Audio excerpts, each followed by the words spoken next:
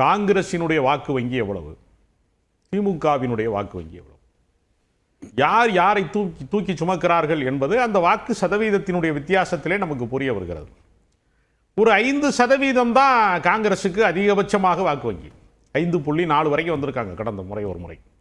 அப்போ அவங்கள தொண்டர்கள் இல்லாமல் பல இடங்களில் கட்சிக்கு அடிப்படை கட்டமைப்பே இல்லாமல் எல்லா ஊர்கள்லையுமே நீங்கள் பார்த்தீங்கன்னா காங்கிரஸ் கட்சியில் தொண்டர்களை விடவும் தலைவர்கள் அதிகமாக இருப்பாங்க.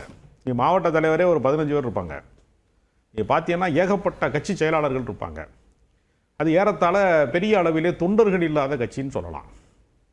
அது கடந்த காலங்களிலே 67 காலகட்டங்கள் காமராஜர் இருந்த போதெல்லாம் தொண்டர்கள் இருந்திருக்கிறாங்க. அது படிப்படியாக தேய்மானம் அடைந்து அந்த கட்சி இன்றைக்கு அது ஒரு லெட்டர் பேடு கட்சி என்னென்ன செய்யுமோ அப்படி தான் இருக்கும். நீங்கள் காங்கிரஸ் கட்சி போராட்டம் நடத்தி பார்த்துருக்கீங்களா? மாநாடு நடத்தி பார்த்துருக்கீங்களா? மதச்சார்பின்மை மாநாடு யார் நடத்தணும்? இசிகா நடத்தியது. அந்த கோட்பாட்டை காங்கிரஸ் தான் அந்த மாநாட்டை நடத்தியிருக்கணும்.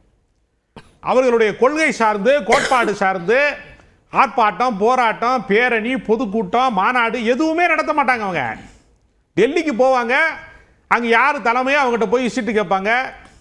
திடீர்னு யாருன்னே தெரியாமல் சில பேர் போட்டியிடுவாங்க. இந்த தேர்தலில் கூட அந்த நிறைய வேடிக்கை பார்த்தோம். கட்சிக்காரங்க நீண்ட காலம் கட்சிக்கு உழைத்தவர்களுக்கெல்லாம் சீட்டு கொடுக்காம. அப்போ அந்த கட்சியை தூக்கி சுமந்தது என்பது என்னன்னா, நீங்கள் தேசிய கட்சிகள் எல்லாவற்றுக்குமே இங்கே பெரிய அளவில் கீழ்மட்டத்தில் ஆதரவே கிடையாது. தூக்கி சுமந்தது திமுக தான். அதனால அவர்கள் ஆதங்கப்படுவதில் ஒரு நியாயம் இருப்பதா நான் பார்க்கிறேன். தூக்கி சுமந்த கட்சி தான் காங்கிரஸ், லெட்டர் பேட் கட்சி தான் காங்கிரஸ் அப்படின்னா அவர்களுக்கு கொடுக்க திமுக தயாராக இருந்த சீட்டை விட அவங்க அதிகமான எண்ணிக்கை கேட்கும் போது அதற்கு திமுக ஏன் பணிந்தது? அதற்கு காரணம் அது ஒரு அகில இந்திய கட்சி. இவங்களை நம்பி நம்ம ஆளுகிற பாஜகவை ஒரு 12 ஆண்டு காலம் எதிர்த்து கொண்டே இருக்கிறார்கள். நீ யோசிச்சு பார்க்கணும். எதிர்கட்சி வரிசையிலே திமுக போனவுன்னா சொல்லாமல் கொள்ளாமல் சுவடை அழித்து விட்டு கிளம்பிட்டாங்கல்ல. அதே மாதிரி ஒரு நிலைப்பாட்டை திமுக எடுத்ததா? திமுக மோடி வந்துட்டாரு, மன்மோகன் சிங் ஆட்சி காலம் முடிஞ்சிருச்சு என்பதற்காக அவர்கள் இதே மாதிரி ஒரு நிலைப்பாட்டை எடுத்தார்களா? எடுக்கலையே. தோல்வி அடைந்த நிலையிலும் நாங்கள் இந்தியா கூட்டணியை பலப்படுத்துகிறோம், ராகுல் காந்தியை பிரதமர் வேட்பாளராக அந்த கட்சி அறிவிக்காத போது அவரை முன்மொழிந்தது யாரு? ஓட்டு திருடர்கள் என்று மோசடி நடக்கிறது என்கிற மிகப்பெரிய பேரணி பீகாரில் நடந்த போது ராகுல் காந்தியோடு கைகோர்த்தது யாரு?